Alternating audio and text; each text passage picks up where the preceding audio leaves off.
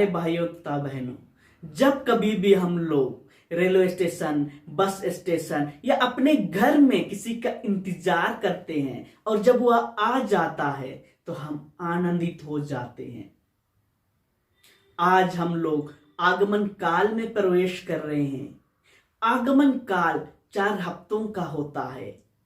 आगमन का अर्थ है आना, और आगमन काल के साथ ही हम लोग नए पूजन विधि में प्रवेश करते हैं। और आज के इतवार को माता कलीसिया आशा के इतवार के रूप में मनाती है और हम लोग प्रभु यीशु के आगमन की आशा लगाए हुए हैं। जी हाँ मेरे प्यारे भाइयों तथा बहनों, जब कभी भी कोई हमारे घर आता है तो हम लोग उसकी तैयारी करते हैं। उसी प्रकार से हम सब प्रभु यीशु की जन्मोत्सव की तैयारी ये 4 हफ्ते भिन्न भिन्न से करते हैं। घर को सजाकर, क्रिब बनाकर, नए वस्त्र खरीद कर और ढेर सारी मिठाइयां बनाकर आज के दिव्य वचनों के द्वारा प्रभु हम सबों को दूसरे आगमन के बारे में बताते हैं। जिस प्रकार से हम लोग जानते हैं कि प्रभु का पहला आगमन हो चुका है और अब हम सब प्रभु के दूसरे आगमन की तैयारी कर रहे हैं। आज का सुसमाचार मार्कुस के सुसमाचार अध्याय 13 पद संख्याएं 33 से 37 तक लिया गया है। आज के वचन 33 में पहला शब्द है सावधान रहो, और वचन 37 का अंतिम शब्द है जागते रहो। जी हाँ मेरे प्यारे भाइयों तथा बहनों, हम सबों को हमेशा यही बताया जाता है कि प्रभु किस घड़ी आएगा हमें पता नहीं, इसीलिए हमेशा सावधान और जागते रहना चाहिए। जिस प्रकार से चोर आता है चोरी करने के लिए, वह किस घड़ी आएगा किसी को पता नहीं रहता है, उसी प्रकार प्रभु आएंगे। जी हाँ मेरे प्यारे भाइयों तथा बहनों, हम हमेशा प्रभु के दूसरे आगमन की तैयारी करते हैं। कभी भी हम लोग यह नहीं सोचते हैं कि प्रभु मुझे किस घड़ी बुला लेगा, हम उसके बारे में नहीं सोचते हैं। जी हाँ मेरे प्यारे भाइयों तथा बहनों, प्रभु हम सबों को किसी भी घड़ी बुला सकता है, इसीलिए हम सबों को हमेशा सावधान और जागते रहने की आवश्यकता है।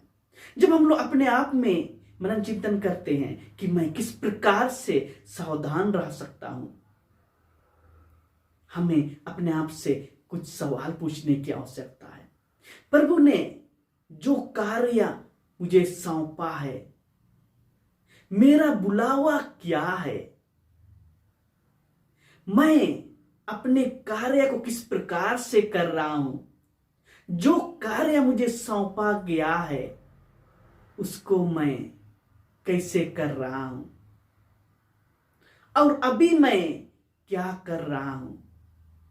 इस प्रकार के सवाल अपने आप से पूछकर अपने आप में मनन चिंतन कर हम लोग हमेशा अपने आप को सावधान रख सकते हैं।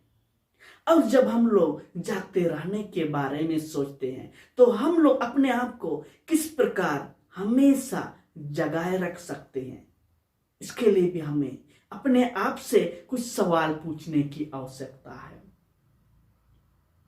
जो कार्य मैं करने वाला हूं, अगर इस कार्य को मैं इस प्रकार से करूंगा तो यह कैसा होगा, इसका परिणाम क्या होगा,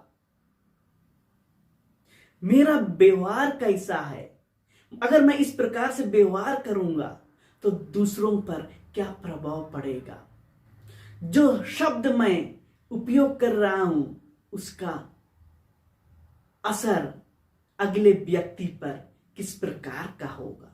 इस प्रकार का हम लोग अगर अपने जीवन में हमेशा मनन चिंतन करते हैं, कुछ करने से पहले, कुछ बोलने से पहले, तो हम लोग इस प्रकार से अपने आप को हमेशा जगाए रख सकते हैं।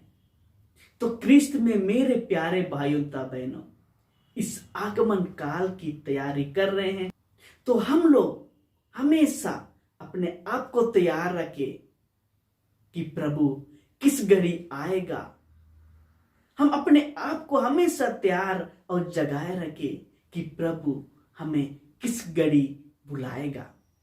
और इस प्रकार से हम लोग अपने आप में कुछ सवालों को पूछकर उस पर मनन चिंतन कर हम लोग अपने जीवन में अपने आप को हमेशा सावधान और हमेशा जगाए रख सकते हैं। तो क्रिस्त में मेरे प्यारे भाइयों तथा बहन, आइए हम सब प्रभु यीशु की जन्मोत्सव की तैयारी अच्छी तरह से करें।